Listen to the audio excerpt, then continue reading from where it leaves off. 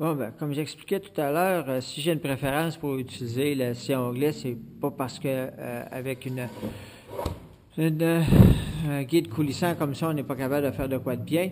C'est, en passant sur le modèle Laguna, là, ce que j'ai fait, c'est que je l'ai modifié un peu parce que je voulais garder cette aile-là ici. Puis normalement, dans le plein, il fallait l'enlever. Puis moi, ben, je voulais garder le plus large possible. De toute façon, comme vous voyez, j'ai de la place. J'ai enlevé l'espèce de patte parce que c'était dans mes jambes. Puis tout simplement, ce que j'ai fait, c'est que ben, j'ai pris ce qui était ici, puis que je l'ai traversé là. Puis moi, ben, j'ai coupé les affaires qui étaient ici parce que ça me donnait rien à les avoir. Puis de toute façon, je m'en sers juste à 90. Puis si jamais j'ai besoin d'un autre angle, ben, je prendrai un autre moyen pour l'avoir. Mais c'est pas ça l'objectif. L'objectif, c'est de dire, OK, est-ce que c'est précis? Ça fait que...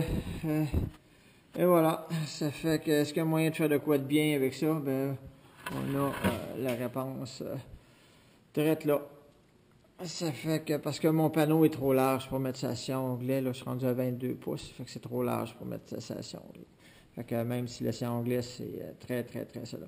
Donc, bon, comme j'expliquais, c'est une préférence. J'aime mieux travailler avec le scie à onglet, mais je pourrais travailler avec cette table coulissante-là amplement. Ça fait que c'est le secret, hein, c'est de prendre le temps d'ajuster. Il n'y a pas d'autres secrets. Si j'ai le modèle Laguna, puis probablement que les autres... Puis bon, évidemment, la rallonge, là, présentement, je n'ai pas besoin. Ça fait que... bon, je sais qu'il y a d'autres modèles qui sont probablement faits exactement dans le même moule, à la même usine. Fait que... mais moi, bon, dans mon cas, je suis un petit peu vendu à Laguna, là. Fait que voilà. C'était bon. Ça fait que là, l'étape, couper mes 3 panneaux, la bonne largeur. Ça fait qu'il me reste lui à faire les 3 autres faces. Les 2 autres sont prêts. Mes deux autres panneaux sont prêts. Et après ça, il va rester la partie... ça aussi, c'est prêt, je pense à ça. Et la balance, ben, ça va être de faire du ménage à la table à toupie, puis de trouver les bonnes dimensions avec les guides Sommerfeld. Et continuer à faire la partie le fun, à savoir jouer avec la toupie.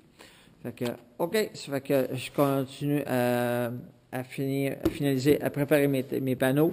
Vous voyez là, je sais déjà à faire mes marquages pour savoir, bon, ben ça ici, ça va être le rond, va être là. Même chose ici.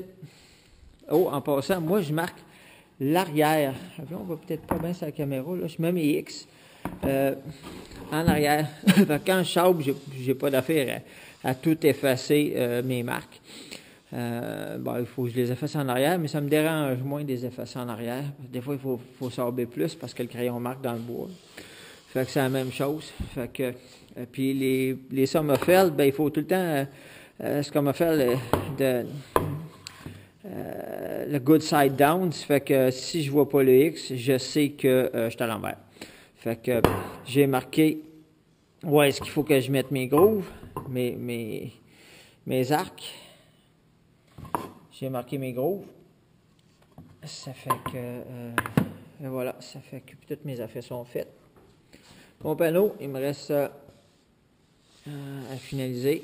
Puis il y a aussi, ben, il y a mes tiroirs, mais mes tiroirs sont sur la planche là-bas, ils sont pas prêts encore.